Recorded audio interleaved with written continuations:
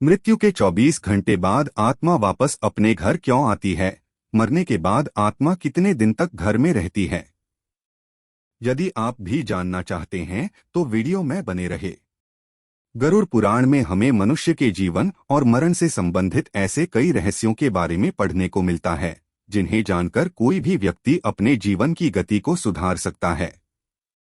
मृत्यु के समय मनुष्य के साथ क्या क्या घटित होता है और वह किस प्रकार यमलोक ले जाया जाता है, इस प्रस्तुति में आज हम जानेंगे कि मृत्यु के बाद जीव आत्मा कितने दिनों तक घर में रहती हैं। गरुड़ पुराण वैष्णव संप्रदाय से संबंधित है और इस पुराण के अधिष्ठाता देव सृष्टि के पालनकर्ता भगवान विष्णु है। यमदूत उस जीवात्मा को यमलोक ले जाते हैं।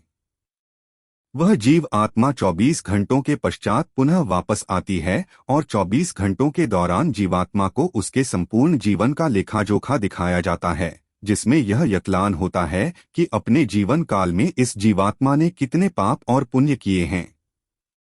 इसके पश्चात आत्मा को फिर उसी घर में लाया जाता है जहां उसने अपने शरीर का त्याग किया था और 13 दिन तक वह जीवात्मा वही अपने परिवार के बीच रहती है। मोह वासना से भरी वह जीवात्मा बार बार अपनी देह में प्रवेश करने का प्रयास करती है, किंतु यमदूतों के पास द्वारा बंद जाने से वह कुछ भी करने में असमर्थ हो जाती है। वह अपने परिवार, रिश्तेदार व मित्रों को उसकी मृत्यु का शोक मनाते देखती है। वह उन्हें चुप कराने का प्रयास भी करती है, परंतु उसकी उपस्थिति का ज्ञान किसी को नहीं होता।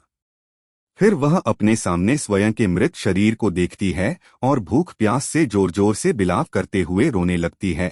और इसके साथ साथ गरुड़ पुराण में यह भी बताया गया है कि मनुष्य पुण्य कर्म तो करता है, परंतु उसके पुण्य की संख्या उसके द्वारा किए गए पापों से कम होती है।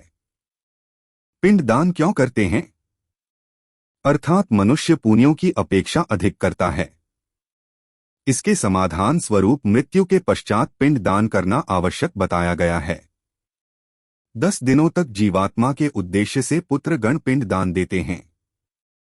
अगर मृतक का पिंडदान नहीं किया गया तो जीवात्मा अनंत काल तक भटकती रहती है और हजारों सालों तक पीड़ा व कष्ट भोगने के बाद अगला जन्म लेती है। प्रतिदिन दिए जाने वाले पिंड के 4 भाग हो जाते हैं। उसके दूसरा भाग से मृतक का शरीर बनता है, तीसरा भाग यमदूत ले लेते हैं और चौथा भाग मृतक को खाने के लिए मिलता है। 9 दिन रात में प्रेत पुनः शरीर युक्त हो जाता है।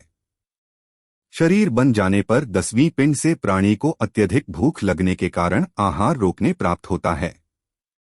गरुड़ पुराण के अनुसार 10 दिन तक दिए जाने वाले पिंड दान में विधि मंत्र, स्वधा, आवास और आशीर्वाद का प्रयोग नहीं होता। केवल नाम तथा गोत्र से पिंड दान दिया जाता है। मृतक का दाह संस्कार हो जाने के पश्चात पुनः शरीर उत्पन्न होता है।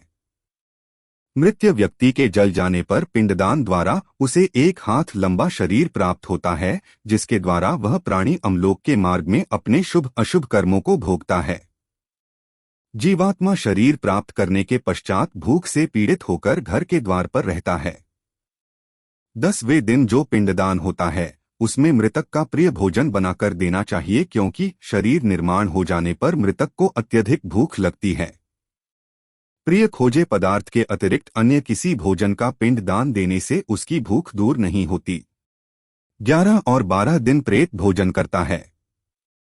मरे हुए स्त्री पुरुष दोनों के लिए प्रेत शब्द का उच्चारण करना चाहिए। उन दिनों दीप, अन्य जल, वस्त्र जो कुछ भी दिया जाता है उसको प्रेत शब्द के द्वारा देना चाहिए, क्योंकि वह मृतक के लिए आनंददायक होता है। 13 दिन तक शरीर धारण करके भूख प्यास से पीड़ित व प्रेत और अमदूतों के द्वारा महापर लाया जाता है। इंसान की कर्मों के कारण उसके दंड दिए जाते हैं और यहां से इसकी यमलोक की यात्रा आरंभ होती है। मनुष्य अपने कर्मों के कारण ही मृत्यु के पश्चात होने वाली घटनाओं को भोगता है। जो व्यक्ति जितना पापी होगा उसका अंतिम मार्ग उतना ही कठिन होता है और वह जितना पुण्यकारी, निष्पत्ति और भगवत प्रेमी होगा उसकी स्वर्ग की यात्रा उतनी ही सुखदायक होगी। इसलिए हमें यह ध्यान रखना चाहिए कि कर्मों का फल जीते जी ही नहीं अपितु मृत्यु के पश्चात भी भोगना होगा। गरुड़ पुराण का यह बात हम यहीं पर समाप्त करते हैं। इससे आगे आप अगले भाग में जानेंगे। हमारा उद्देश्य केवल आपके ज्ञान में वृद्धि करना, वह धर्म के प्रति आपकी जिज्ञासा को बढ़ाना है। अगर हमसे कोई त्रुटि रह गई हो तो हमें क्षमा करें।